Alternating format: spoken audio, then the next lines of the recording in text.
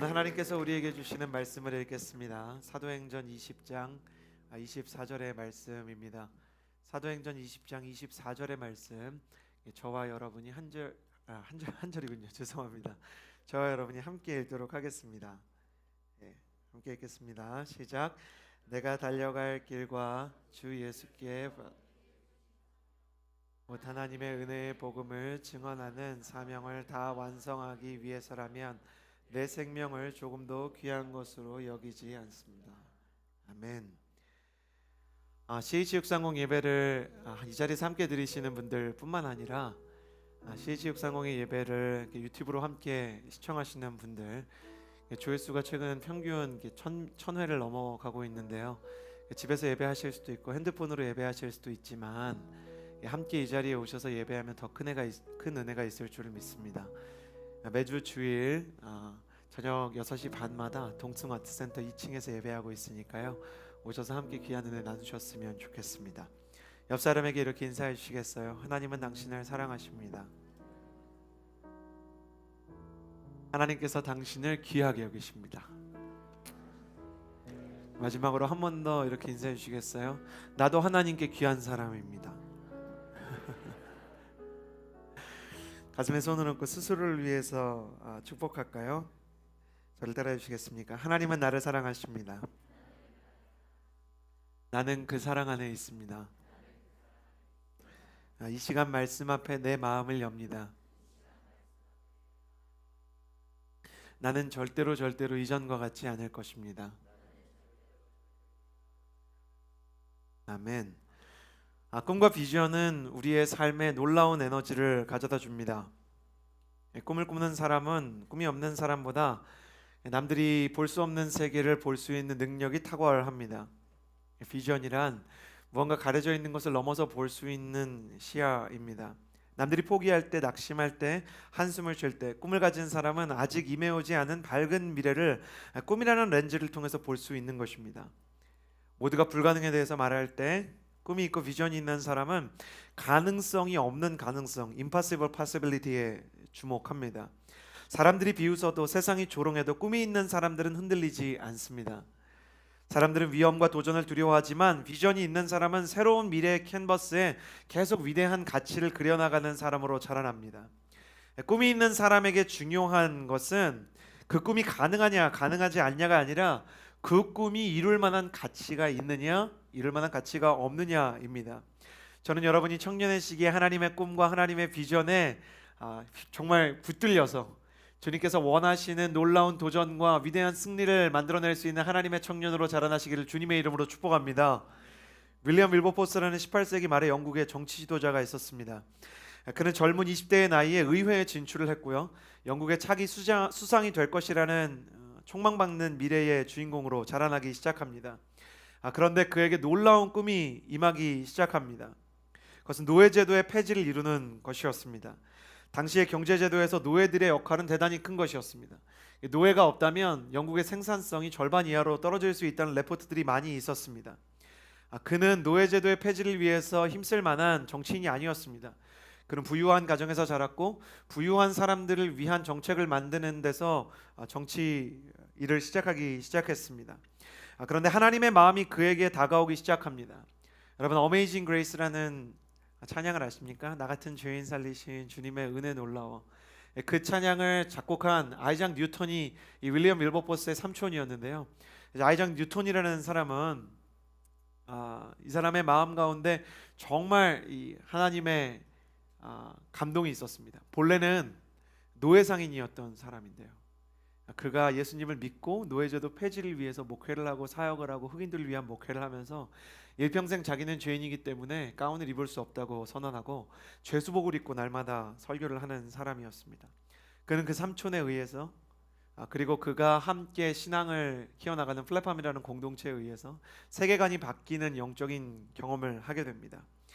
그래서 그는 노예제도의 폐지를 위해서 50년 동안 애쓰기 시작합니다. 그가 50년 동안 노예제도의 폐지를 위해서 힘을 쓰자 그를 후원하던 거물급 기업인들은 후원을 다 끊었습니다. 그리고 많은 사람들이 그를 외면했습니다. 그래도 그는 멈추지 않습니다. 기도하고 헌신하고 하나님의 일들을 위해서 애를 씁니다. 결국 그는 영국에서 노예가 돈으로 사고 팔리는 일을 법적으로 금지시키는 법안을 통과시켰을 뿐만 아니라 그 꿈을 이룬 뒤에 몇 주가 되지 않아서 눈을 감는 사명의 주인공으로 역사 가운데 남게 됩니다. IBM이라는 회사에서 엄청난 꿈을 꾸었습니다. 슈퍼컴퓨터밖에 없던 시대에 사무실을 가득 채울 만큼 커다란 컴퓨터밖에 없는 시기에 이 컴퓨터를 축소해서 책상 위에다 올려놓을 만큼 작은 사이즈를 만들어야 되겠다는 생각을 합니다.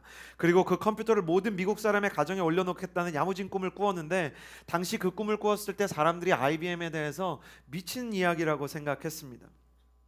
그러나 그 일은 우리에게 일어났고, 지금은 모든 사람들이 자기의 데스크탑과 노트북을 가지고 사업을 하고 또 일을 하고 공부를 하고 있습니다. 흑인들이 백인들이 먹는 물을 마시지 못하게 하고, 백인들이 가는 화장실에는 흑인들이 가지 못하던 시대가 있었습니다.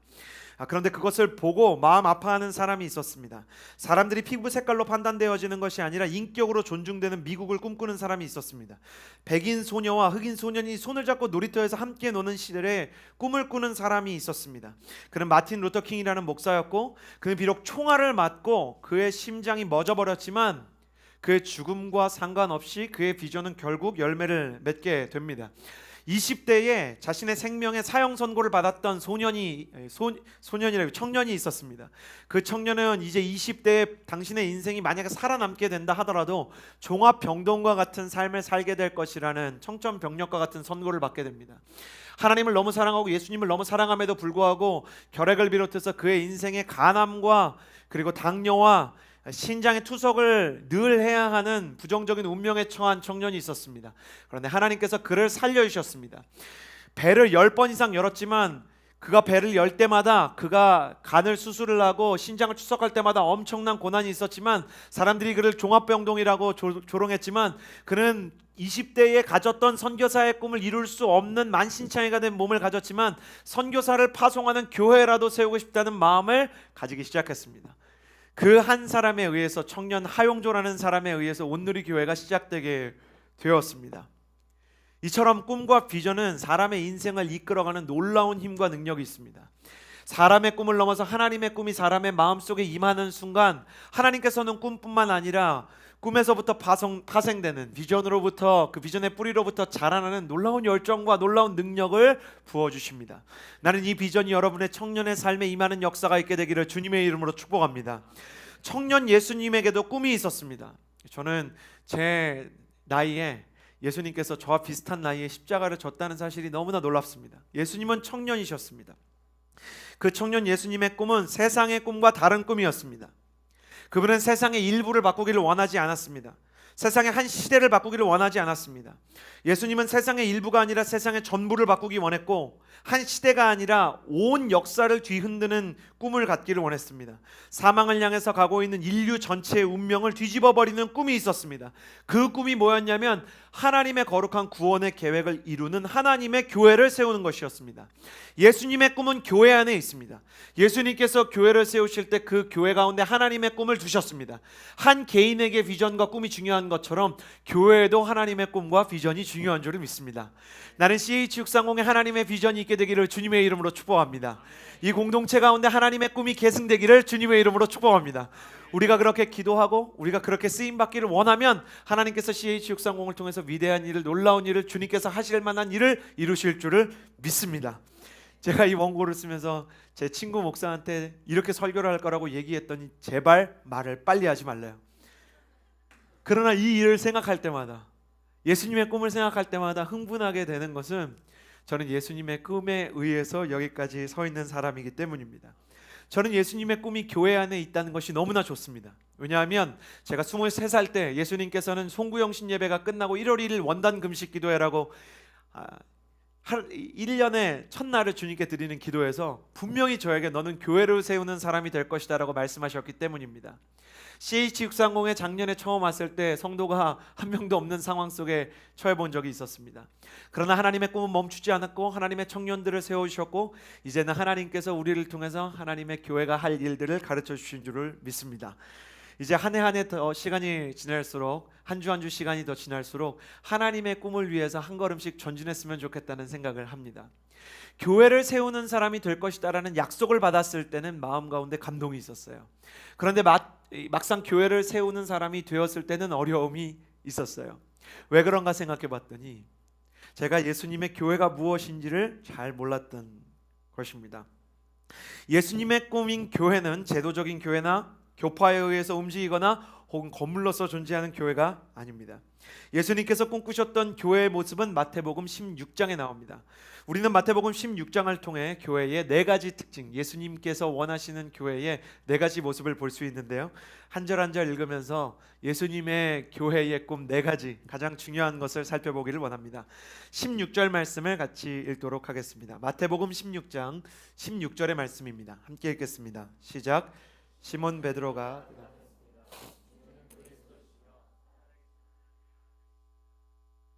예수님께서 꿈꾸시는 교회의 첫 번째 기준은 신앙 고백이 분명한 교회입니다. 저를 따라해 보시겠어요? 신앙 고백이 분명한 교회. 우리가 교회의 이름으로 많은 일을 할 수 있어요. 많은 사람을 만날 수 있어요. 우리가 교회의 이름으로 함께 모여서 이것저것을 추구할 수 있어요. 그러나 교회의 기초는 신앙 고백입니다.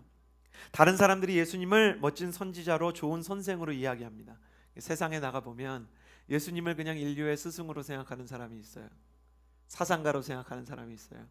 혁명가로 생각하는 사람이 있어요. 사회운동가로 생각하는 사람이 있어요. 문제는 뭐냐면 예수님이 자기 자신을 그렇게 소개하지 않았다는 거예요. 예수님은 자기 자신을 하나님의 아들이라고 말씀하셨어요. 사실 논리적으로 생각하면 예수님은 이 이야기를 너무 많이 하셨고 자기 자신에 대해서 분명히 하나님의 아들이라고 말씀하셨기 때문에 그 말까지 믿든지 아니면 그 말을 포함해서 다른 말까지 전부 믿지 않든지 해야 돼요. 예수님이 사회에 대해서 하신 말씀, 원수를 사랑하라고 하신 말씀을 믿을 거면 예수님의 자기 증언도 믿어야 돼요. 우리가 예수님에 대해서는 딱 두 가지로밖에 생각할 수 없어요. 자기가 신의 아들이라고 생각하는 미치광이거나 이단 사교의 교주이거나 아니면 진짜 하나님의 아들이거나 그 중간에 좋은 스승은 될 수가 없는 분이에요. 왜냐하면 자기 자신이 멀쩡한 정신으로 자기는 하나님의 아들이라고 얘기했기 때문이에요. 제자들조차 이 고백을 믿지 않았어요. 그래서 예수님은 인류의 스승이라고 이야기하고 예언자라고 이야기했지만 베드로는 살아계신 하나님의 아들이며 우리를 구원하시는 그리스도라고 고백했습니다. 지난주에 우리는 교회의 본질을 한마디로 일축했어요. 교회는 에클레시아, 원어로 볼 때 부름을 받은 사람들의 모임이에요. 교회는 건물이 아니라 사람입니다. 그러면 어떤 사람이냐? 사람들이 모이는 곳은 교회 아니더라도 많습니다. 스포츠에 가보십시오. G드래곤 콘서트에 가보십시오. 시위하는 곳에 가보십시오. 경기장을 꽉꽉 채울 만큼 사람들이 모입니다. 사람들이 모였다고 교회가 되는 것이 아니라, 건물이 있다고 교회가 되는 것이 아니라 예수 그리스도가 하나님의 아들이시고 구원자라는 것을 믿는 사람들이 모여야 교회가 되는 것입니다. 그래서 CH630의 첫 번째 교회의 정체성, 우리가 해야 되는 첫 번째 일은 무엇이냐면 함께 예배드리는 지금 이 자리의 모든 사람들이 예수 그리스도께서 하나님의 아들이시며 우리를 구원하실 수 있는 구원자라는 사실을 믿게 하는 것입니다. 나는 이 자리에서 예배를 드릴 때 여러분이 인격적으로 예수님을 만나고 예수님이 하나님의 아들이심과 그분을 통해 모든 사람이 구원에 이를 수 있음을 믿는 역사가 일어나게 되기를 주님의 이름으로 축복합니다. 그것을 위해서 CH630이 있는 거예요. 예수님을 만나는 것입니다. 나는 이 자리가 예수님에 대해서 가르치고 선포하는 자리를 넘어서 인격적으로 예수님을 만나는 장이 되기를 주님의 이름으로 축복합니다. 그것이 예수님이 원하시는 첫 번째 고백입니다. 예수님은 나의 구주가 되십니다. 예수님은 나의 생명이십니다. 내가 흑암 가운데 있던 죄악 가운데 있던 예수님은 나를 건지시고 고치시고 변화시킬 수 있습니다. 그래서 이 예수님을 믿으면, 진짜로 믿으면 어떤 변화가 일어나냐면 우리 가정이 변할 수 있다는 믿음이 생기게 되는 것입니다. 할렐루야. 내 자신의 성품이 변할 수 있다는 것을 믿는 역사가 일어나는 것입니다. 할렐루야. 왜냐하면 하나님의 아들이 진짜로 나를 근원으로부터 변화시킬 거라고 말씀하셨기 때문에 24시간 1분 1초도 떼어놓지 않고 나와 함께 살아가는 내가 아무리 나 자신이 객관적으로 나를 볼 때 변할 것 같지 않고 소망이 없고 재능이 일천하고 미래에 대해서 그 어떤 것도 기대할 수 없을지라도 예수님께서 나와 함께 하시면 나의 인생이 변할 수 있다는 믿음이 생길 수밖에 없는 것입니다. 예수님을 향한 신앙 고백은, 그분이 나의 구원자라는 고백은 필연적으로 나의 인생이 변화될 수 있다는 가능성을 향한 믿음으로 이어주는 줄을 믿습니다. 그래서 여러분의 인생의 신앙 고백은 단지 예수님을 구원자, 부활하신 메시아로만 믿는 것이 아니라 내 인생이 변할 수 있다는 소망과 희망에 대한 고백으로 이어지는 줄을 믿습니다. 그래서 여러분이 예배 드릴 때마다 나의 인생이 변하고 나의 가정이 변하고 나를 통해서 심지어 내가 얼굴을 모르는 상처받는 사람이 변화될 수 있다는 소망과 기대가 자라가게 되기를 주님의 이름으로 축복합니다. 너희 중에 누가 겨자씨만한 믿음이 있다 할지라도 새들이 깃드는 나무가 될 것이다, 주님 말씀하셨습니다. 언젠가 여러분과 나눈 것처럼 겨자씨를 아무리 열심히 심어도 겨자씨는 나무가 될 수가 없습니다. 왜냐하면 겨자는 벼처럼 풀로 자라는 식물이기 때문이에요. 농업에 대해서 잘 알고 있는 예수님께서 겨자가 나무가 되지 못한다는 걸 모를 리가 없어요. 그것은 마치 한국에 있는 스승이 조선시대 서당 훈장님이 벼나무라고 이야기하는 것처럼 어색한 이야기였죠. 그러나 주님께서는 사람의 상식에서는 겨자는 풀이 될 수밖에 없는 하나의 식물에 지나지 않지만 하나님의 능력이 임하면 풀의 인생이 나무와 같이 거목이 될 수 있는 존재의 변화가 일어난다는 이야기를 하고 계시는 거예요. 나는 여러분이 풀밖에 될 수 없는 인생처럼 느껴질지라도 나무와 같이 굳건히 자라는 인생이 되기를 주님의 이름으로 축복합니다. 예수님께서 그런 믿음을 교회 안에 주셨어요. 두 번째, 우리 함께 18절의 말씀을 읽도록 하겠습니다. 18절, 마태복음 16장 18절입니다. 함께 읽겠습니다. 시작.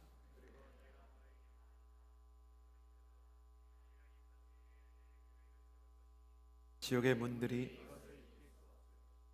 두 번째 예수님께서 만드신 교회의 비전은, 저를 따라해 주시겠어요? 예수님이 주인 되시는 교회입니다.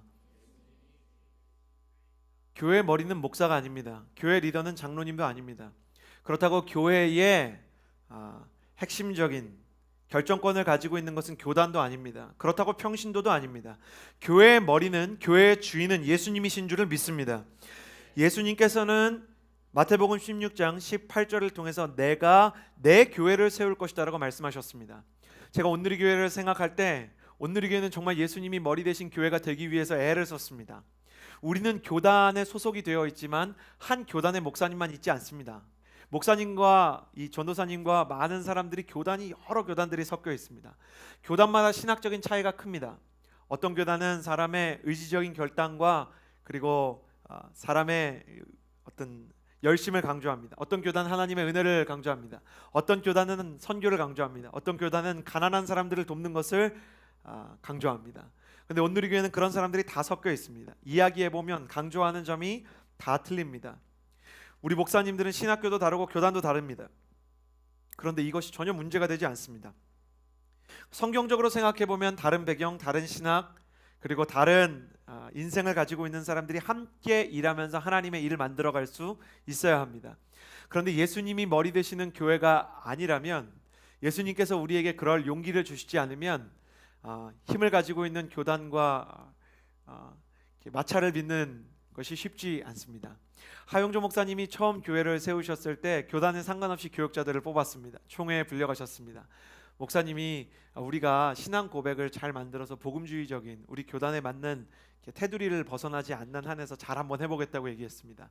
가운을 입지 않았습니다. 지금 제가 입고 있는 것처럼 반팔티를 입고 올라갔습니다. 또 교단에 불려갔습니다. 가운을 입지 않고 하는 게 새신자에게 좋다고 한참 설명을 했습니다. 랩을 합니다. 드럼을 칩니다. 또 교단에 불려갑니다. 그래서 드럼을 왜 칠 수 있는지, 미국의 우리랑 비슷한 교단이 드럼을 치고 랩을 하는 것에 대해서 설득하기 시작합니다. 사도신경을 하지 않습니다. 왜 사도신경을 하지 않냐고 교단에게 물을 때 진짜 심각한 위기였습니다. 온누리 교회가 이단이 될 뻔했습니다. 근데 사도신경을 하지 않았던 이유는 아직 사도신경을 하지 못할 만큼, 사도신경은 믿어야지 할 수 있는 건데 사도신경을 할 만큼 믿음을 가지지 않은 사람들이 있기 때문에 지금 우리가 모두에게 사도신경을 강요할 수 없다고 이야기했습니다. 하영주 목사님 교단에 계속 불려가셨습니다. 몸도 안 좋은데. 그리고 온누리 교회는 좀 이상한 교회라 그랬습니다.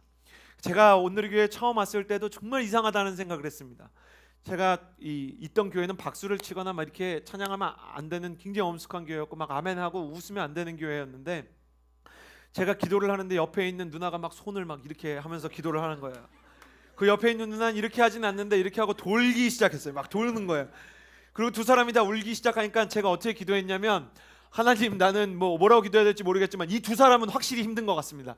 이 사람들을 도와주십시오. 그렇게 기도했습니다. 저는 손 들고 찬양하는 게 너무너무 힘들었습니다. 그런데 하나님께서 그렇게 할 수 있는 힘과 용기를 주셨습니다. 평신도들이 찬양 인도를 했습니다.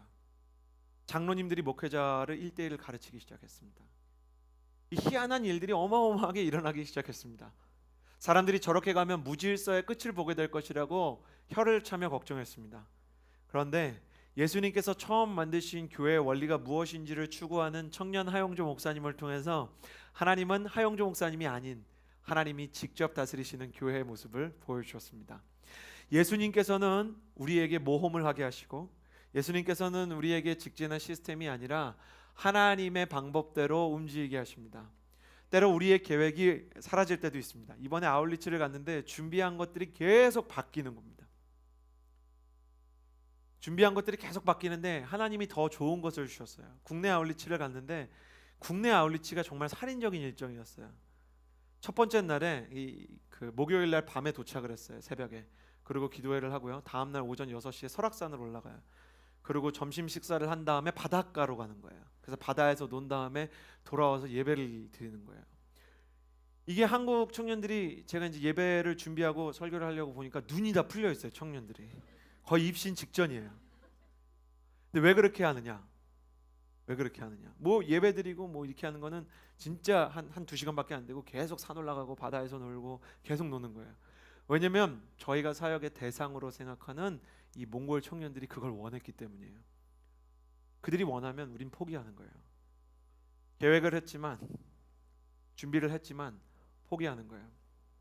다음 날 일정이 축구를 하는 거였어요. 아침에 일어나서 도대체 이 일정을 우리한테 제시한 몽골 청년들의 체력은, 역시 기마민족은 대단한 거예요. 축구를 하는 거예요. 그런데 마음 가운데 기도하고 준비하는데 자매들이 정말 축구를 좋아할까? 이건 몽골 자매들의 의견이 아닌 것 같다는 생각이 들었어요. 알아보니까 역시 자매들의 의견이 아니고 형제들의 의견이에요. 알고 계세요? 형제들끼리 축구하면 너무 평화롭고요, 자매가 응원하기 시작하면 전쟁이 돼요. 이거는 형제들의 단합을 위해서도 도움이 안 될 것 같아요. 어떻게 하면 좋을까요? 준비가 하나도 안 돼 있어요. 예산 편성도 안 돼 있어요. 그런데 동해에 그냥 자매들끼리는 따로 떼서, 형제들은 그냥 축구를 하고 자매들은 커피숍으로 다 보냈어요. 그리고 그냥 뭐 영적인 얘기가 아니라 그냥 하고 싶은 얘기 하게 그냥 놔뒀어요. 마음속으로는 이거 너무 계속 노는 게 아닐까, 이게 불안함이 있는 거예요. 이게 도대체 무슨 아울리치인가 이게? 생각해 보세요. 설악산 올라갔다가 바다 갔다가, 그 전날 예배 드렸다 그랬잖아요. 예배 주제가 뭐였는지 아세요? 저한테 맡겨진 딱 한 번 하는 설교가 연애의 실제, 연애 특강이에요. 연애 특강하고 그 다음날 커피숍에 가는 거예요.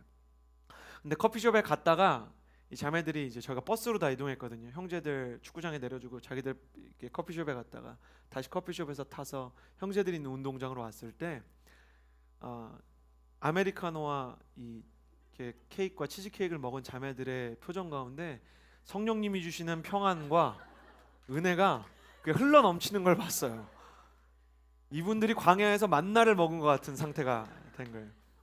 준비하지 않았어요. 누가 보면 이렇게 손가락질하지 않겠어요? 저게 무슨 선교야?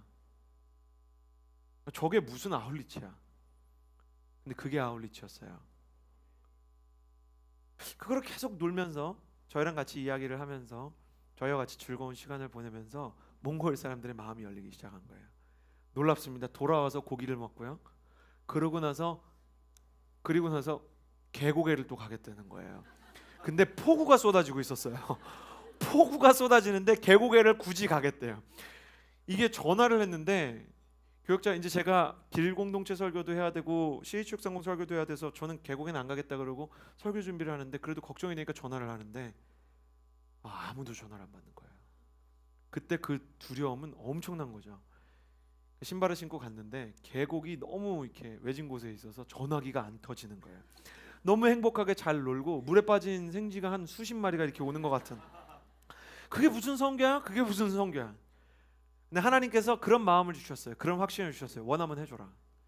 다만 우리가 놀면서 중간중간 기도했어요. 이 모든 과정이 선교여야 한다.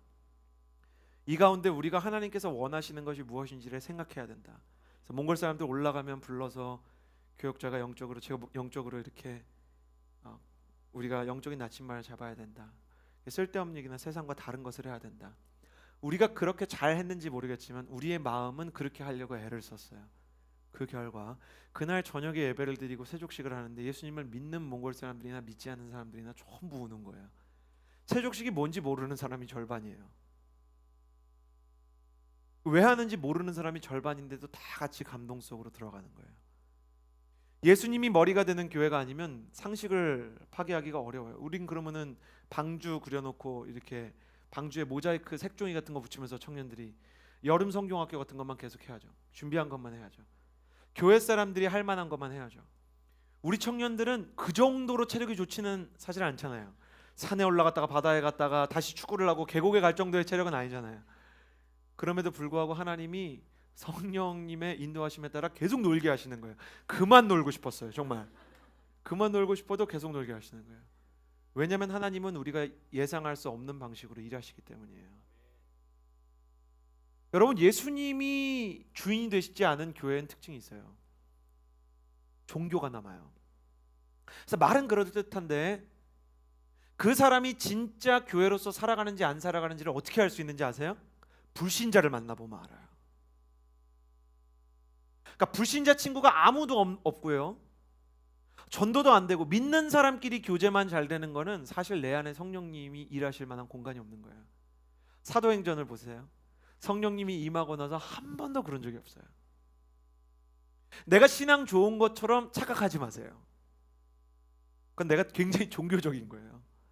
내가 기도를 많이 해도 성경을 많이 읽어도요, 교회 안에 있는 사람을 잘 돌봐도요, 예수님의 마음은 잃어버린 영혼에게 있기 때문에 잃어버린 영혼과 말이 돼야 돼요. 예수님을 빼고도 좋은 사람이어야 돼요. 예수님 얘기를 안 함에도 불구하고 이야기하고 싶은 사람이어야 돼요. 그래서 예수님 안 믿는 사람들이랑 산에 올라갈 수 있어야 돼요. 예수님 안 믿는 사람들이랑 바닷가에 갈 수 있어야 돼요. 예수님 안 믿는 사람들이랑 축구를 할 수 있어야 돼요. 예수님 안 믿는 사람이랑 계곡에 갈 수 있어야 돼요. 예수님 안 믿는 사람이랑 커피숍에 갈 수 있어야 돼요. 근데 가보니까 너무 잘하는 거예요. 그 치즈케이크 먹고 초코 케이크 먹으니까 다 위아더 월드, 우리는 하나예요. 다 그냥. 그런데 우리는 왜 이렇게 선교를 못하고 복음을 못 전했는가? 예수님이 우리를 그렇게 인도하셔도 우리가 종교의 바운더리 안에 안전히 있기를 원하는 마음이 있었기 때문이에요. 오늘의 교회는 그렇게 움직이지 않았어요. 너무너무 신기한 사람들, 이상한 사람들과 만나고 불신자들을 만나고 고장난 사람들을 만나고 예수님 믿는 사람뿐 아니라 믿지 않는 사람들과도 계속 이야기할 수 있는 교회가 되게 하셨어요. 왜냐하면 예수님이 머리이기 때문에. 목사님이 머리가 아니고 교회 직제가 머리가 아니고 예수님이 머리시기 때문에 안 믿는 사람들과도 이야기가 되었던 것입니다. 예수님께서 이야기하시는 교회의 세 번째 특징, 마태복음 16장 18절의 말씀을 같이 한번 읽어보았으면 좋겠습니다. 18절 같이 읽겠습니다. 시작. 그리고 내가 너에게 말한다. 너는 베드로다. 내가 이 반석 위에 내 교회를 세울 것이니 지옥의 문들이 이것을 이길 수 없을 것이다. 예수님께서 말하시는 세 번째 교회의 모습은 음부의 권세가 해치지 못하는 교회입니다. 저를 따라 주시겠어요? 음부의 권세가 해치지 못하는 교회. 교회가 망할 수 있습니까? 교회가 없습니다. 물론 하나의 교회가 문을 닫을 수는 있습니다. 그러나 하나의 교회가 닫히면 하나님은 다른 하나의 교회를 일으키십니다. 교회가 타락할 수도 있습니다. 무기력해질 수도 있습니다. 큰 잘못을 할 수도 있습니다. 그래도 교회는 죽지 않습니다. 왜냐하면 교회가 위대한 곳이기 때문이 아니라 교인들이 위대한 사람이기 때문이 아니라 예수님께서 교회를 향해서 약속하셨기 때문입니다. 음부의 힘이, 지옥의 힘이, 어두움의 힘이, 죽음의 힘이 이기지 못하는 능력을 내가 너희에게 주었다. 중국 공산혁명이 일어나서 많은 선교사님들이 쫓겨나게 되었습니다. 공산주의 혁명이 일어나기 전에는 중국의 허드스 테일러를 비롯해서 수많은 선교사님이 복음을 전했지만 중국이 공산화가 되고 나니까 모든 선교사가 한 명도 빠짐없이 다 쫓겨났습니다. 목사님들이 감옥에 갇히고 순교하게 되었습니다. 중국의 교회는 하나도 빠짐없이 모두 문을 닫았고 성경은 발견되는 족족이 불에 태워졌습니다. 신학교는 폐쇄되고 신학생들은 고문을 당했고 투옥을 당했습니다. 찬양 소리를 공공장소에서 할 수 없는 나라가 되었습니다. 그러면 중국에서 교회는 죽어야 되는 거 아닙니까? 흔적도 없이 하나님의 교회가 사라져야 하는 것 아닙니까? 그러나 중국에 가본 사람은 압니다. 중국에는 여전히 뜨거운 교회가 있습니다. 중국에서 쫓겨난 선교사님들이 중국 밖에서 중국의 교회를 포기하지 않았습니다. 몽골로 갔습니다. 대만으로 갔습니다. 싱가포르로 갔습니다. 한국에 있었습니다. 그리고 중국 사람들이 그 나라에 올 때마다 훈련을 시켜서 옷에다가 옷 안감을 뜯어가지고 성경을 한 장, 두 장을 넣어줍니다. 어떤 사람은 한 장, 어떤 사람은 10장 성경을 가지고 가서 지하교회 성도들이 그 쪽 성경을 보는 겁니다. 그리고 심지어는 성경을 가지고 가면 위험할까봐 성경 한 권 전체를 중국 사람들이 외웁니다. 그래서 그거를 집에 가서 노트에다가 쓰는 것입니다. 그래서 그 지하교회에서 찬송을 속삭이듯이 부르고 지하에서 모여서 3, 3, 5 찬양하면서 국가의 감시를 피해서 말씀을 나누고 찬양을 나누는 것입니다. 중국의 아울리치를 갖다가 깜짝 놀랐어요. 저한테 설교를 부탁했는데 그 이제 설교를 부탁을 받으면 보통 이제 어느 정도를 어떻게 인도하면 되느냐를 물어보거든요. 근데 이제 큐시트는 아니고 대략의 이제 시간 타임테이블을 받았는데 설교 시간이 3시간, 그 다음에 목사가 해야 되는 기도 인도는 4시간이에요. 그러니까 제가 3시간 정도 설교를 하고 그리고 이제 4시간 기도를 하는 거예요. 그러니 농담으로 중국 사람이 저한테 뭐라 그랬냐면 통역을 통해 들린 말이 놀라웠어요. 그리고 목 심어 하나님의 사람 아닙니다. 내가 어떻게 해야 되나? 4시간쯤 기도를 하니까 더 이상 어떤 나라를 위해서 기도를 해야 될지를 모르겠는 거예요. 그러니까 웬만한 중국 주변에 있는 국가를 위해서 기도 다 했어요. 너무 촌스러워요. 사람이 너무 적어요. 지금 이 공간에 한 4분의 1 정도 되는데 100명 이상 되는 성도가 이렇게 몸을 완전히 이렇게 웅크리고 앉아 있는 거예요. 개미굴처럼. 천장이 너무 낮아요. 다 지하로 되어 있어요. 잘 되겠습니까? 진짜 땀 냄새가 너무너무 많이 나고 너무 촌스럽고 찬양을 100명 있지만 그 누구도 크게 부를 수 없는 교회. 그런데 그렇게 성장한 중국의 교회 크리스천이 현재 얼만큼인지 아십니까? 1억 명입니다. 1억 명. 1억 명.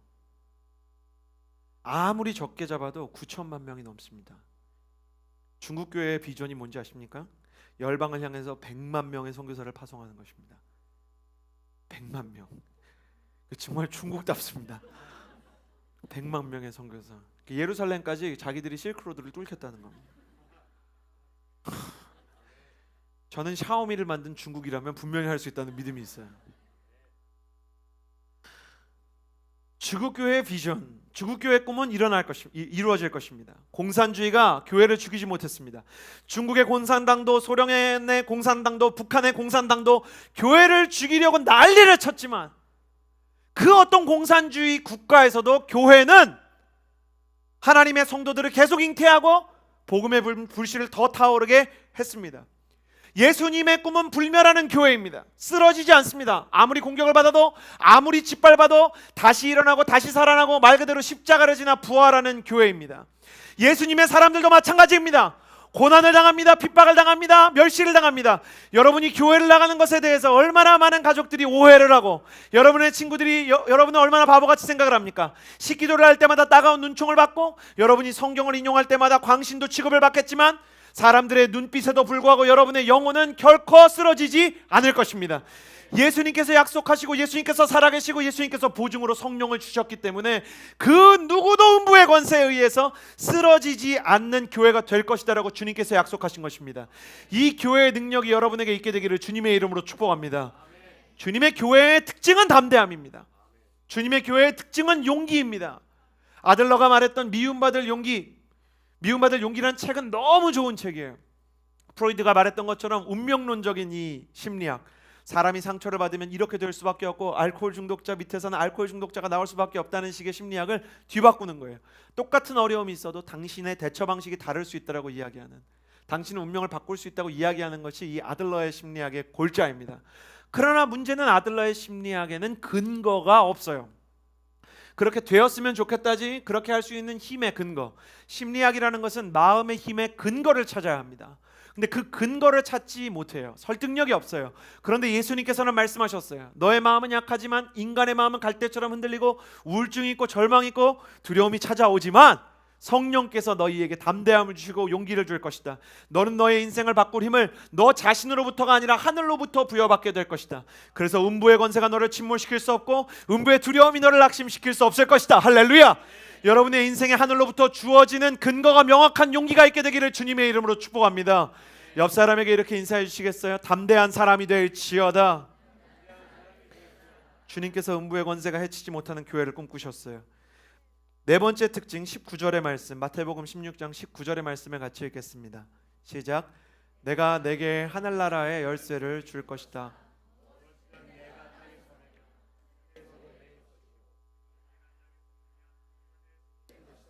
아멘. 주님께서 꿈꾸셨던 교회 네 번째 모습은 저를 따라해 주시겠습니까? 천국의 열쇠를 가진 교회. 주님께서는 하늘나라의 열쇠를 가진 공동체라고 얘기했습니다. 성도들이 하나님의 성령에 의해서 기도하며 예배하며 주님을 믿고 나아갈 때 전도의 문, 선교의 문, 열방을 향한 구원의 문을 열 수 있다는 것입니다. 교회를 통해서 하나님의 나라가 능력 있게 확장됩니다. 성도들의 기도를 통해 열린 문을 닫을 자가 없는 것입니다. 이데올로기도 인본주의도 우상숭배도 개인주의도 물질주의도 뉴에이지도 철학도 종교도 무신론도 그 문을 닫을 수 없습니다. 잠시 잠깐은 여러분의 마음도 두려움과 낙심에 의해서 닫히는 것처럼 느껴질 것입니다. 여러분의 비전도 청년기에 초라하게 닫혀지는 좌절에 의해서 무너지는 것처럼 보일 것입니다. 갱도가 함몰된 것처럼 돌파구가 없는 것처럼 느껴질 것입니다. 그러나 주님께서는 끝내 그 문을 열고야 마십니다. 십자가와 부활에는 비밀이 있습니다. 모든 성도들은 예수님의 십자가와 같은 고난을 지나갑니다. 기독교는 사람에게 고난을 피할 수 있는 길이 있다고 이야기하지 않습니다. 고난은 결국 우리를 찾아오고야 맙니다. 그러나 어떤 형태로든 우리를 찾아왔던 고난과 핍박을 주님께서는 이겨낼 수 있는 힘을 줄 것이라고 이야기합니다. 그 길이 하나님의 사람이 가야만 하는 길이라면, 그 길이 나의 꿈, 나의 야망이 아니라 나의 욕심이 아니라 주님의 비전이라면 그 꿈이 이루어진다는 것입니다. 길이 막혔을 때 우리가 고민해야 하는 것은 이게 될 것이냐 안 될 것이냐가 아니라 하나님께서 이 일을 원하시느냐 원하시지 않느냐. 주님께서 원하는 일이라면 하늘이 열려서 그 길을 달려나갈 수 있게 되는 역사가 있게 될 줄을 믿습니다. 예수님께서 이렇게 꿈을 꾸셨습니다. 신앙 고백이 분명한 교회를 세우고 예수님이 주인 되신 교회를 세우고 음부의 권세가 해치지 못하는 교회를 세우고 천국의 열쇠를 가진 교회를 세운다. 그런데 예수님께서 이렇게 꿈을 꾸셨는데 부활하시고는 천국으로 돌아가 버리셨습니다. 예수님의 꿈이 아직 이루어지지 않았는데도 불구하고 예수님께서 너무 쿨하게 미련 없이 가셨어요. 어떻게 예수님께서 이렇게 담대하게 가셨느냐? 예수님 이후에 성령님이 오실 것을 믿으셨기 때문이에요. 예수님은 성령님을 100% 신뢰하셨어요. 그래서 미련 없이 세상을 떠나서 승천하셨습니다. 예수님은 승천하시기 전에 제자들에게 성령님이 오실 것을 약속하셨습니다. 사도행전 1장 8절, 혹시 외우고 있는 분이 있다면 저와 같이 암송했으면 좋겠습니다. 오직 성령이 너희에게 임하시면 너희가 권능을 받고 예루살렘과 온 유대와 사마리아와 땅끝까지 이르러 내 증인이 될 것이다. 예수님께서 승천하시기 전에 제자들에게 성령님이 오실 것을 약속하셨습니다.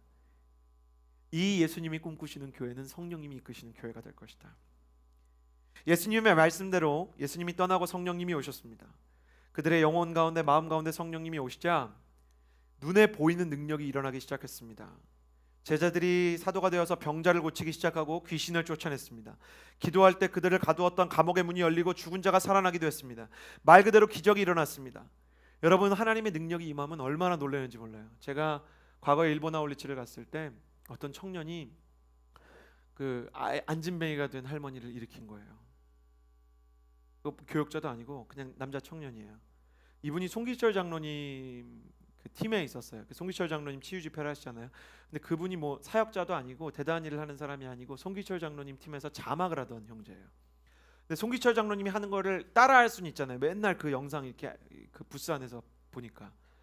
그러니까 일어나세요.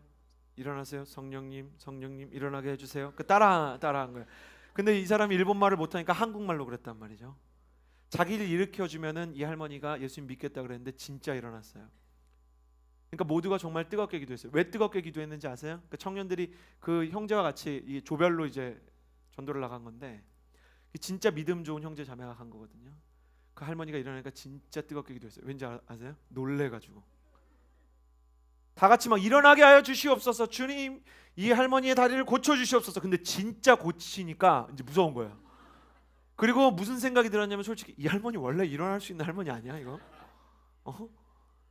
근데 이 할머니가 진짜 일어나니까 뛰고 노래를 부르고 난리가 난 거예요. 그리고 이제 이 할머니가 유명한 할머니라 늘 이렇게 노인정 같은 데도 주로 앉아서 오셨기 때문에 뭐 이렇게 휠체어 타고 오셨기 때문에 이 할머니가 걸어가지고 완전하지는 않으셔서 이 지팡이를 짚고 아주 오래전에 쓰셨던 지팡이를 꺼내서 짚고 자기 친구 몸 아픈 사람들을 데려오기 시작하는 거예요.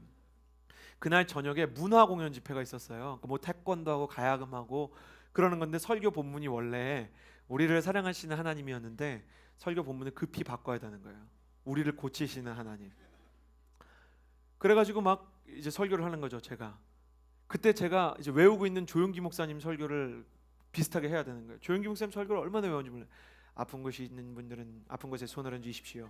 예수의 이름으로 나으치어다. 예수의 이름으로 나으치어다. 귀신은 떠나갈지어다.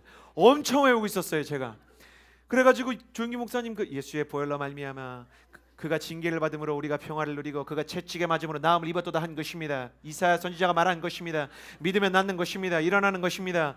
그래서 제가 그거를 다 해가지고 바꿔가지고 갔는데 하면서 솔직히 제가 뭐가 무서웠냐, 아니 청년은 고쳤는데 목사는 선포했는데 아무도 안 나오면 어떡하냐는 거예요. 제가 기도했어요. 오늘 하나님께서 놀라운 일을 일으키실 것입니다. 그런 느낌은 있었어요. 일으키실 것입니다. 그리고 뭐라고 기도했겠어요? 하나님 한 번만 살려주십시오. 제가 지금 못 고치면 저 목회 그만둬야 됩니다. 하나님 한 번만 날 좀 도와주십시오. 얼마나 간절하게 기도를 해요. 저는 그런 은사가 없어요. 전혀 없어요. 그런데 그냥 믿음으로 선포하는 거죠. 그 아픈 곳이 있으신 분 손을 들어보세요. 근데 손을 들었는데 어떤 분이 하는 거예요. 왜 그런가 봤더니 자기가 원래 어깨가 다쳐가지고 이게 안 올라가는데 이게 들어진 거예요. 진짜로. 그래서 그 할머니가, 저는 그러면 어떤 일이 일어나는지를 처음 봤어요. 그 할머니가 설교 중간에 갑자기 춤을 막 추시는 거예요. 그러니까 설교를 계속 해야 할지 저 할머니가 춤을 끝낼 때까지는 같이 박수를 쳐줘야 될지 모르겠는 거예요. 그러니까 저는 그 정도로 성령님에 대해서 예상을 못한 거예요. 그러나 하나님께서 그런 일을 일으키시고 나니까 담대함이 생기는 거예요. 아픈 사람 나오라 그랬는데 그 동네에 좌석이 모자랄 정도로 사람들이 와 있는 거예요. 그러니까 막 병을 고치고 무릎이 아픈 사람 류마티스를 고치고 이 힘든 사람들, 잘 안 보이는 사람들 하나님이 그날 고쳐주시는 것을 보고 너무너무 두렵고 너무너무 신기했어요. 그러나 더 놀라운 것은 무엇이었나? 그 놀라운 능력에도 불구하고 그날 밤에 아울리치 팀원들은 싸웠다는 거예요. 기적이 일어난다고 성품이 변하는 건 절대 아니더라고요.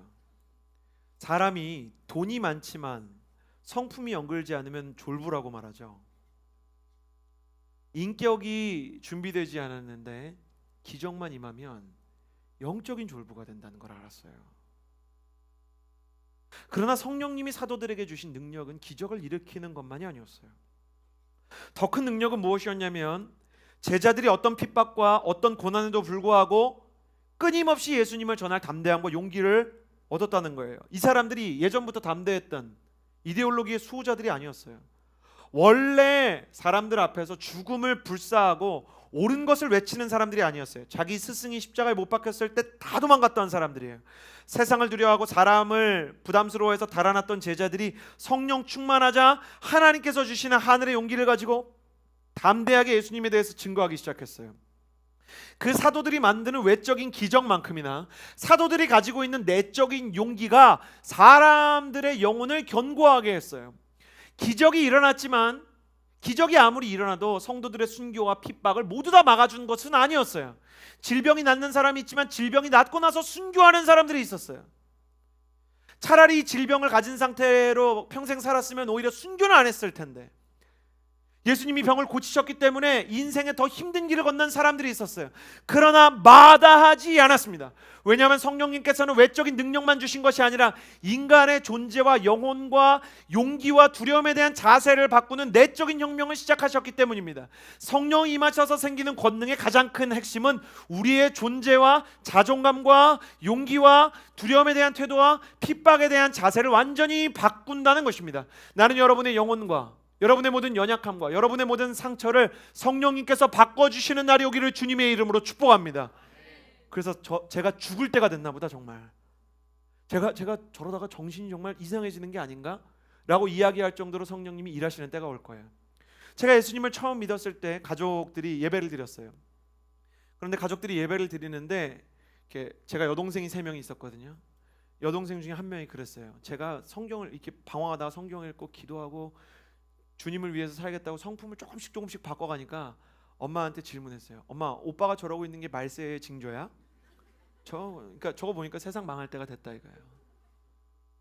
여러분의 인생 가운데 여러분을 믿어주지 않고 여러분의 인생 가운데 여러분이 변하지 않을 거라고 선언하는 사람이 얼마나 많은지 몰라요. 챗, 칫, 흥 뭐 이런 사람도 얼마나 많은지 몰라요. 사람 우습게 보는 사람 가까이 두지 마세요. 자기가 사람에 대해서 결론을 쉽게 내릴 수 있다고 생각하는 사람들이 있어요. 그런 분들은 예수님 믿기가 쉽지가 않아요. 다 우스워 보이는 거죠. 자기 경험의 우물에 갇혀서. 우물 속에 있는 개구리는 절대 혼자 우물을 밖으로 못 뛰어나와요. 세상에는 예수님에 대한 성경적 진리뿐 아니라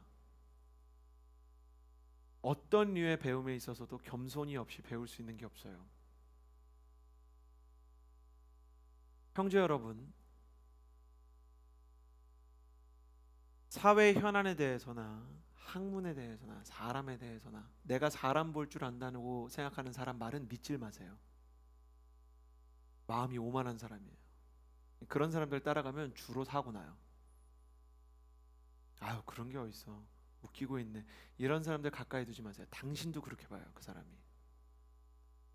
근데 웃긴 건 뭔지 아세요? 자기는 되게 괜찮은 사람이라고 생각해요. 생각해 보세요. 그런 사람을 만나서 얻을 수 있는 게 뭐가 있을까요? 자기 잘난 맛 외에는 딱히 실제 능력이 없는 사람이 뭘 바꿀 수 있을까요?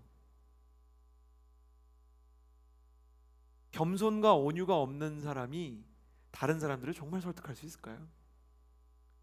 답은 자기 자신이 알고 있지만 사실은 브레이크가 고장나서 자기 자신의 마음을 자기가 멈추지 못하는 거예요. 교만은 예수님을 믿으나 믿지 않으나 이 인생의 패망의 선봉입니다. 교만한 사람이랑 너무 오래 같이 가지 마세요. 그러나 겸손하고 배움의 자세가 있고 온유하고 누군가의 이야기를 귀담아 듣는 사람을 가까이 하세요. 느리게 가는 것 같아요. 그런 사람들이 매력이 없는 것 같아요. 그런데 그런 사람들이 주로 멀리 가요. 그건 사실 교만한 형제들도 교만한 자매들도 사실 다 알고 있는 거예요. 그런 사람 보면서 참 답답하다 그러면서 마음속으로는 불안해요. 언젠가 앞서갈 걸 알기 때문에. 겸손과 성실이 없는 재능은 사람을 망가뜨릴 뿐이다. 누구의 말이죠? 축구 선수 호나우도의 말이에요. 그 사람은 세계에서 가장 뛰어난 축구 재능을 가진 사람이 아니에요. 그러나 양발 가운데 우열이 없는 삶을 살기 위해서 자기보다 뛰어난 사람보다 훨씬 더 많은 훈련을 하고요, 훨씬 더 많은 조언을 받았어요. 사람들은 그 사람이 타고나서 그렇게 훌륭한 선수가 됐다고 생각해요. 그런 면이 없지 않지만 그 정도의 재능을 가지고 있었던 사람들이 호나우도가 10대 때 되게 많았어요. 가령 영국의 축구선수 웨인 루니 같은 사람. 그러나 아무도 지금 웨인 루니와 호나우도를 비교하지 않아요. 왜냐하면 그는 자기의 재능을 믿고 축구를 안다고 생각하는 10대의 오만함을 버리지 못하고 온유하고 겸손하게 조언을 듣고 훈련하는 일에 게을렀기 때문이에요. 예수님을 믿는 사람, 성령의 그릇이 되는 사람들의 특징이 있어요. 뭔지 아세요? 절망이 뭔지 알아요. 내 인생에 보이지 않는 벽에 대해서 정직해요. 그래서 어디를 가나 내 인생의 돌파구가 어디 있을까에 대한 진지한 고민이 있어요. 답을 안다고 생각하는 사람에게는 하나님께서 답을 주시지 않으세요. 내가 힘이 있다고 생각하는 한 하나님은 힘을 주시지 않으세요. 내가 안다고 생각하는 한 하나님께서는 그에게 진짜를 가르쳐 주지 않으세요. 하나님이 있으면 어디 나와서 뭐 나를 가르쳐 봐라, 그런 사람한테는 절대 안 나타나세요. 하나님 정말 계십니까? 내 인생에 지금 목마름이 있습니다. 나는 진지합니다. 그리고 나는 연약합니다. 이 인생을 내가 이겨나갈 만한 힘이 없습니다라고 고백하는 사람을 하나님은 쓰세요. 그래서 먼저 된 자가 나중이 되고 나중된 자가 먼저 됩니다. 나중에 들어와도 종교에 대해서는 잘 몰라도 내가 내 인생의 한계를 만나서 누군가의 도움 없이는 이 강을 건널 수 없다고 생각하는 사람, 하나님은 그 사람을 찾으세요. 여러분은 어떻습니까? 여러분이 하나님을 만나지 못하는 가장 큰 이유가 사실 성령님의 도움에 대해 거만한 자세를 일관하고 있기 때문이 아닙니까? 내가 내 인생을 아직도 이끌고 갈 수 있다는 자신감. 그런 남자들과 연애하는 여자들이 가장 위험한 거죠. 반대로 그런 여자들과 같이 연애하는 남자들 굉장히 고통스럽죠. 자기 인생을 통제한다는 건 환상이에요. 자기 심장도 통제하지 못하는데 자기 인생을 어떻게 통제합니까? 성공하게 대해서 공부를 해보면 우리 모두 알 수 있는 사실이 뭔지 아세요? 성공엔 공식이 없어요. 사실 대부분은 우연이 된 겁니다. 그건 우리가 만들어낼 수 있는 게 아니에요. 하버드 MBA에서 석사 과정에 있는 사람들에게 가장 먼저 가르치는 게 뭐죠? 우리는 성공에 대한 케이스를 배우지만 성공을 재현할 수 없다.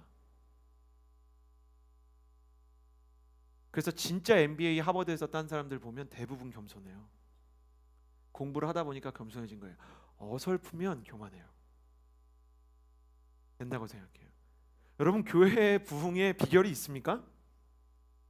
사람들이 늘어나고 하나님의 일이 일어나는데 무슨 공식이 있습니까? 우리가 일본에 가서 아울리치 할 때 그 사람이 일어날 줄을 그날 알았습니까? 우리는 웃긴 사람들이에요. 기도하면서도 막상 일어나면 깜짝 놀래요. 안 놀란 척하는 게 교역자의 일이에요. 진짜 이렇게 손 들었는데 자기 어깨 아프다 그러니까 제가 안 놀란 척하느라고 제가 그때 어떻게 했냐면, 미안합니다. 그때 계셨던 분들이 혹시 계시면 미안한데 하나님께서는 원래 위대한 일을 하십니다. 속으로는 오 진짜 되네. 이런 일이 있구나. 나도 신기한 거예요. 근데 거기서 신기한 척하면 그 일본의 새신자들이 너무 당황할 거 아니에요. 저 사람도 처음인가 봐. 이러면 우리가 피차 어려워지는 거예요. 피차. 아마 사도들이 변해가는 자기 모습을 보면서 제일 많이 놀랐을 거예요.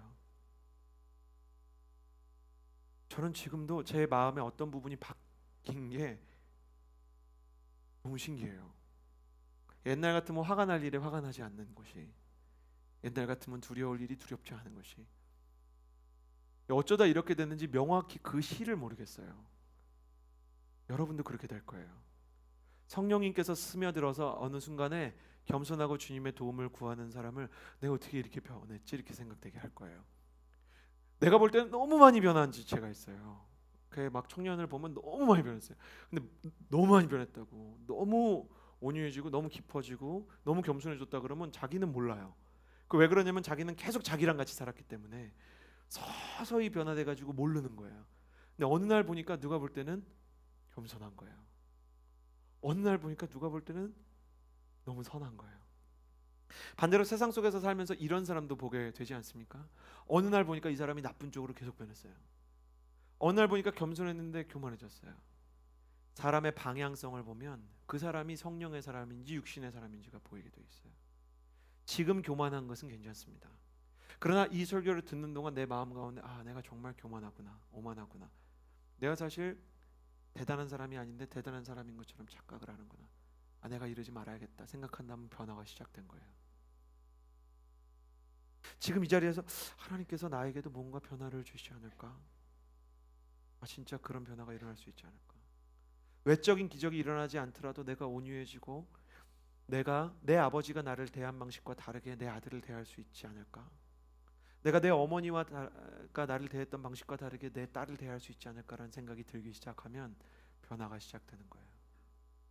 저는 여러분에게 그런 변화가 일어나게 되고 성령님께서 정말 사람 변화시키는 일을 일으키시기를 주님의 이름으로 축복합니다. 10년이면 강산이 변한다고요. 10년이면 강산은 변해도 사람은 안 변합니다. 그러나 하나님은 10년이 아니라 1년 만에도 사람을 새롭게 만드세요. 제자들을 주님께서 그렇게 빚으셨어요. 그리고 예수님의 꿈이 성령님을 통해 제자들과 함께 이루어지기 시작합니다.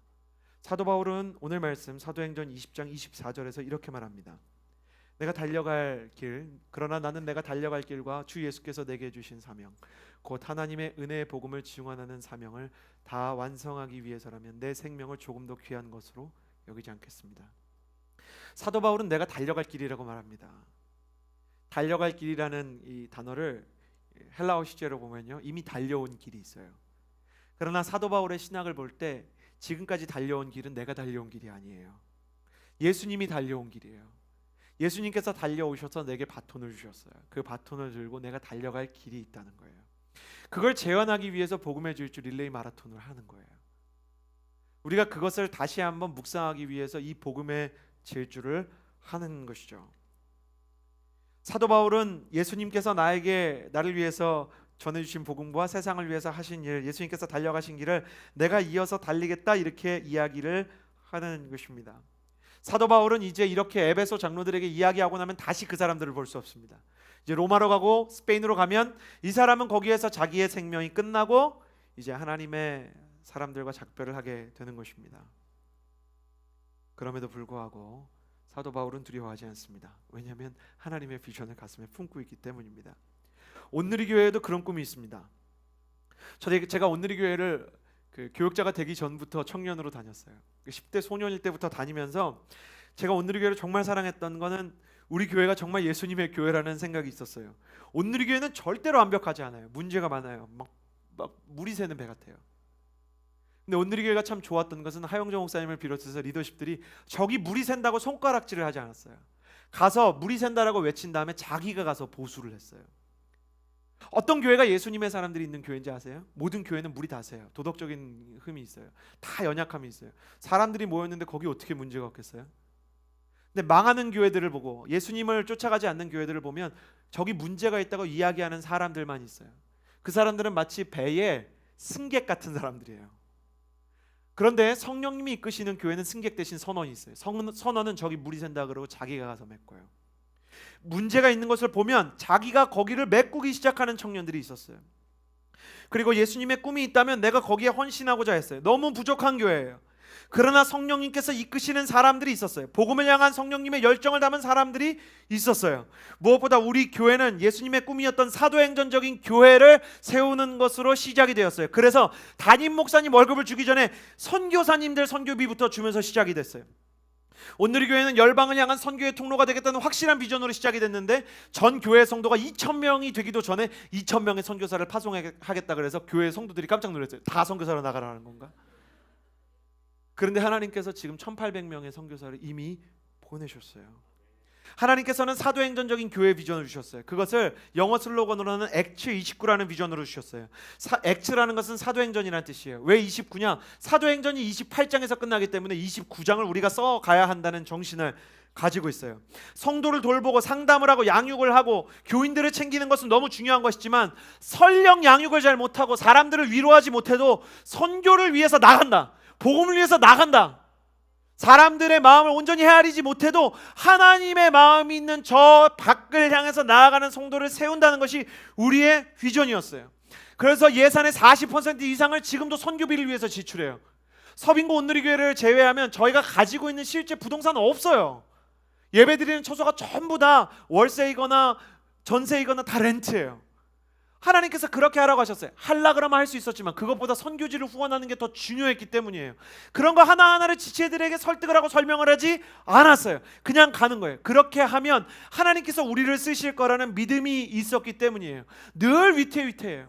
선교사님들을 위해서 CGN TV를 만들었어요. CGN TV는 선교사님들을 위한 방송이기 때문에 24시간 방송이 돼야 돼요. 시차가 다 다르니까요.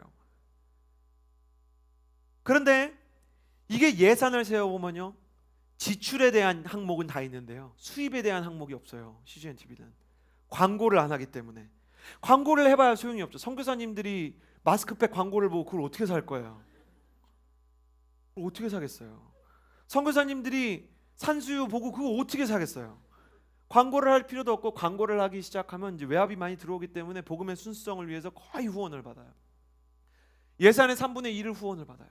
그런데 하나님이 되게 하셨어요. 한 교회가 위성을 빌려서 방송국을 세운다니까 누가 그게 말이 되는 소리냐고 이야기를 해요. 말이 되느냐 안 되냐의 문제가 아니었어요. 하나님이 원하시면 하나님이 하실 거라는 믿음 때문에 시작을 했어요. 그것 때문에 교회가 무너질지도 모른다는 우려의 소리가 있었지만 하나님께서는 그 일을 지도자들을 통해서 하게 할 용기를 주셨어요. 안진뱅이가 일어나는 것보다 더 큰 기적을 사실 우리는 매일 경험하고 있는 교회예요. 그것은 어떤 지도자들이 한 것이 아니라 하나님께서 하신 일이에요. 하나님께서 하나님의 일을 하는 사람들에게 지원을 주신다는 것을 매년 증명하고 계세요. 여러분이 하나님의 길을 가면 여러분의 개인의 인생에도 분명히 그런 하늘의 지원이 있을 거예요. 나는 여러분이 그렇기 때문에 사도 바울이 이야기한 것처럼 달려갈 길에 대해서 망설이지 않고 달려갈 수 있는 하나님의 사람이 되기를 주님의 이름으로 축복합니다. 사도 바울은 자기의 사명은, 주 예수께 받은 사명은 하나님의 은혜의 복음을 증거하는 일이라고 확실히 얘기합니다. 많은 일이 있어요. 사람을 사랑하고, 사회적인 제도를 위해서도 싸우고, 찬양팀을 세우고, 문화적인 예배를 하고, 많은 일이 있지만 교회의 사명을 사도 바울은 한 줄로 줄였어요. 하나님의 은혜의 복음을 증거하는 것이다. 저는 모두가 이 비전에 쓰임받는 청년이 되기를 주님의 이름으로 축복합니다. 국내 아울리치를 다녀오면서 이렇게 놀아도 되나? 그런 생각 계속했어요. 제 마음속에 뭔가 이렇게 걱정이 되는 거예요. 그리고 우리는 다 연약하기 때문에 산에 올라가면 이렇게 복음을 증거하러 왔다는 생각 대신 이런 생각이 들어요. 아, 진짜 힘들다. 바다에 가면 또 그런 생각이 들지 않겠어요? 와, 바다다. 그러니까 바다는 이렇게 사람의 어떤 이성을 정지시키는 게 있잖아요. 너무 예쁘고. 그러니까 막 들어갔는데 하나님이 계속 계속 이렇게 해도 될까? 저도 종교적인 사람인 거죠. 이 계속 이렇게 놀아도 될까? 하나님, 이거 너무 노는 것 같습니다. 수학여행 같습니다. 근데 하나님이 마음에 계속 그러시는 거예요. 된다, 계속 놀아라. 된다, 놀아라. 하나님으로부터 놀라는 말을 들었을 때 교역자가 어떻게 될지 모르겠는 거예요. 계속 놀아도 되는 건가? 근데 하나님은 놀면서 우리가 잘하든 못하든 몽골 청년들의 마음을 움직이셨어요. 원래 몽골 청년은 5명에서 10명이 온다 그랬는데요, 2배 이상의 청년들이 더 왔어요. 너무너무 미안한 마음이 들었어요. 알고 계십니까? 한국은 인종차별이 너무 심해요.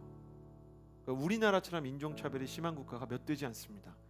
단일 민족이라는 말 자체가 우리는 인종차별적인 요소를 가지고 있다는 말이에요.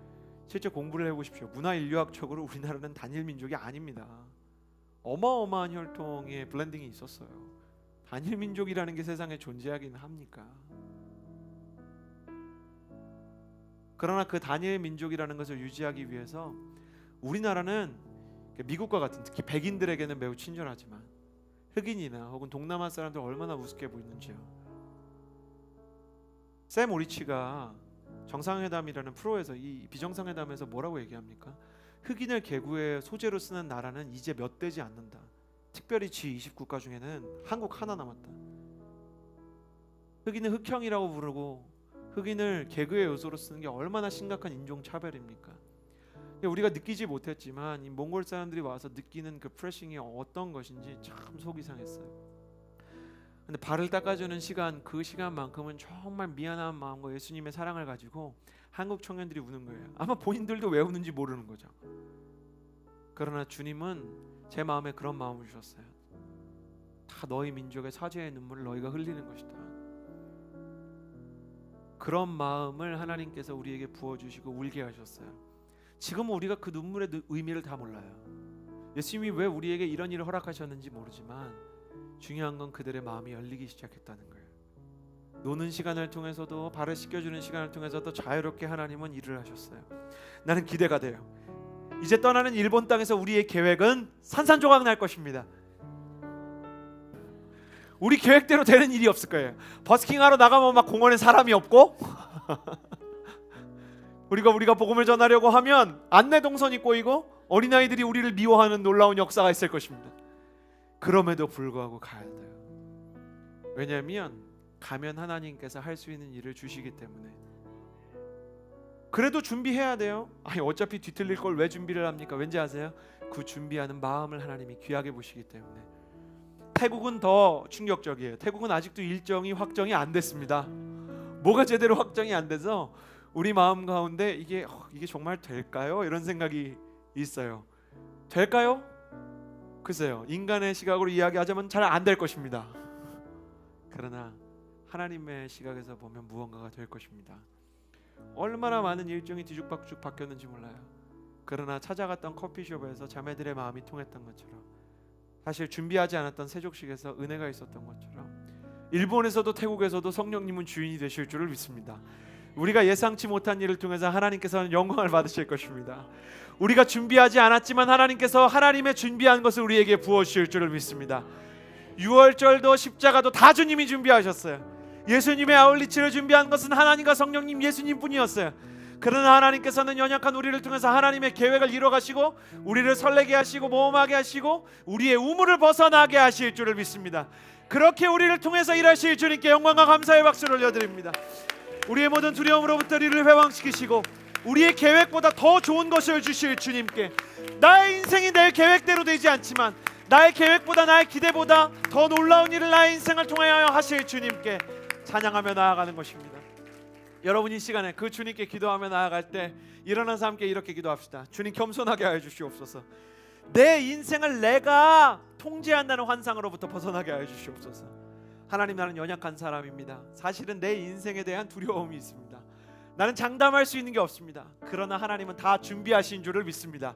내가 예수 그리스도의 이름으로 명하노니 온갖 두려움은 떠나갈지어다. 내가 예수 그리스도의 이름으로 명하노니 온갖 결벽증과 강박증은 떠나갈지어다.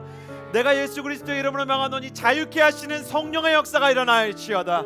한 손은 가슴에 대고 한 손은 하늘로 향하여 들고, 주님, 나의 인생을 이끌어 주시고 CH 육상공을 이끌어 주시옵소서.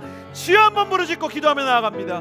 주여, 신실하신 하나님 아버지, 나의 인생 가운데 찾아왔던 모든 두려움들과 나의 인생 가운데 내가 계획하고 내가 고집했던 모든 것들로부터 참자유함을 얻는 역사가 있게 하여 주시옵소서. 하나님 아버지, 내가 내 인생을 한다고 착각하고 사람 본줄 안다고 생각했던 것, 내 마음에 교만함이 있었던 것 되게 하게 하여 주시옵소서. 거룩하신 하나님 아버지, 아버지께서 한 사람 한 사람의 마음과 영혼을 만지시고 변화시키시고 새롭게 하실 것입니다. 나의 계획에 의해서가 아니라 주님의 계획에 의해서 우리를 이끌어주시고 새롭게 하실 하나님을 찬양하며 나아갑니다. 하나님, 기도하는 일에 전무하게 하여 주시옵소서. 하나님의 일에 보조를 마치게 하여 주시옵소서. 하나님 아버지께서 우리를 자유케 하시고 새롭게 하시는 것을 경험하게 하여 주시옵소서. 주는 영이시니 주의 영이 계신 곳에는 자유가 있느니라 말씀하셨습니다. 신실하신 하나님 아버지, 우리 가운데 세임과 능력을 부어주시옵소서. 하나님 아버지, 성령께서 하시는 일에 대해 우리가 동의하며 나아가게 하여 주시옵소서. 주님께서 이끄시는 일에 대해서 열린 마음을 가지고 대처하며 주님께서 하시는 일에 대해서 하나님, 우리가 정말 받아들이며 나아가는 것, 내적인 하나님께서 이끄시는 사인에 따라 한 걸음 한 걸음 나의 마음을 변화시키고 내 인생에 대한 내 계획이 아닌 하나님의 계획으로 나아가게 하여 주시옵소서. 너무 좌절하지 않고 너무 낙심하지 않고 너무 힘겨워하지 않게 하여 주시옵소서. 너무나 많은 고민이 있습니다. 너무나 많은 계획이 있습니다. 하나님께서 하나님 아버지, 우리의 인생 가운데 하나님 아버지 다시 한번 다침반을 주기를 원하십니다. 하나님 아버지, 진짜 내 인생을 향한 비전이 무엇인지 알게 하여 주시옵소서. 복음을 전하는 청년이 되게 하시고 성령의 거리시 되게 하여 주시옵소서. 일본 팀 가운데 놀라운 하나님의 역사가 일어나게 하여 주시옵소서. 태국 팀 가운데 하나님의 인도하심이 있게 하여 주시옵소서. 주는 우리의 주인이시며 교회의 머리가 되십니다. 하나님 아버지, 하나님께서 하나님 아버지 가운데 모든 것을 따라가게 하여 주시옵소서.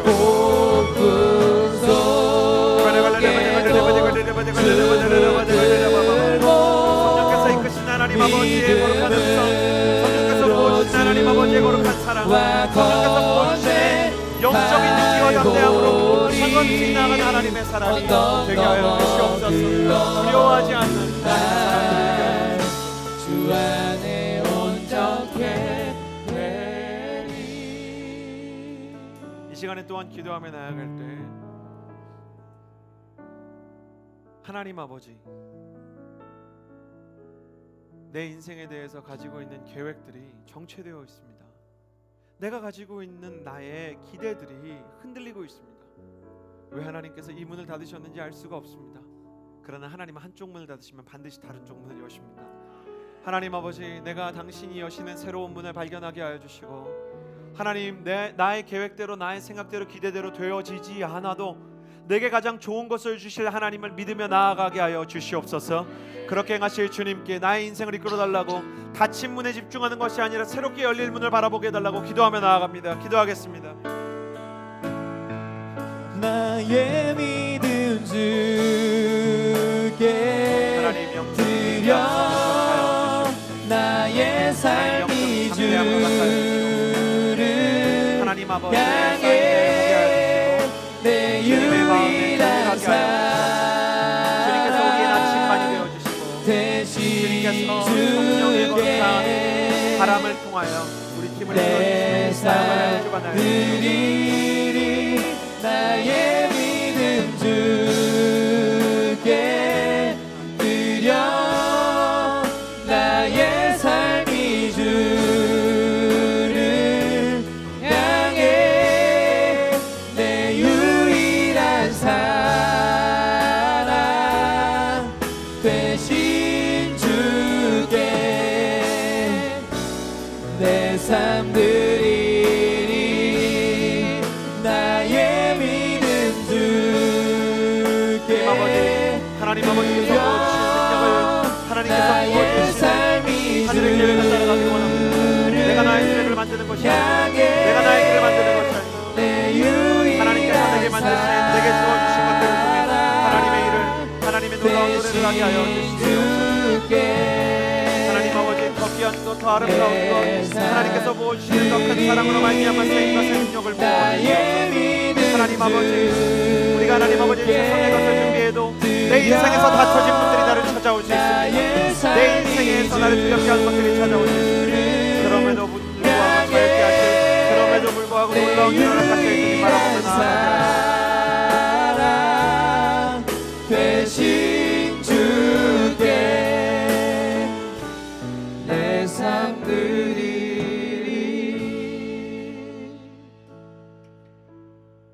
하나님 아버지, 내 계획대로, 내 뜻대로, 내 기대대로 모든 것이 되어지지는 않습니다.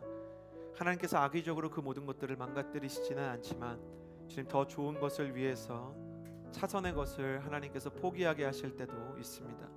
그것이 때로 우리의 마음에 너무나 큰 어려움이 되고 너무나 큰 고통이 되지만, 그럼에도 불구하고 주님께서 나를 가장 좋은 길로 인도하심을 믿고 주님의 나침반에 나의 눈을 고정하고 주님의 절대적인 음에 나의 앞길을 조율하는 사람이 되게 하여 주시옵소서.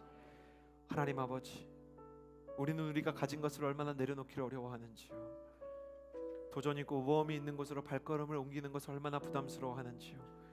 그러나 하나님, 오늘 교회를 여기까지 이끌어오신 것처럼 하나님 복음을 위해서 한 걸음씩 나아가기를 원하는 모든 사람의 가정을 하나님 실제로 변화시키셔서 가정마다 예배가 세워지게 하여 주시고, 청년들마다 하나님의 꿈을 가지고 예수 그리스도의 복음을 전하는 사람이 되게 하여 주시옵소서.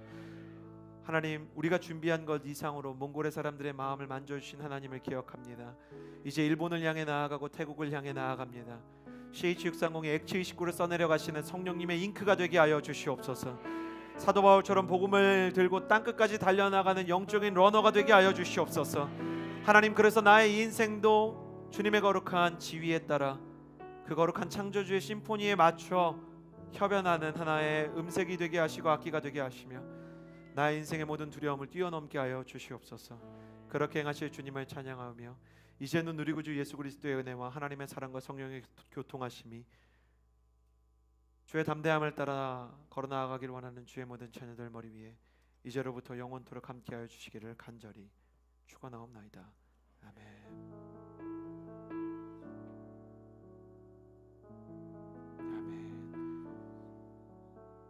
우리에게 담대함을 주시고 우리를 변화시키실 주님께 감사의 박수를 올려드리겠습니다.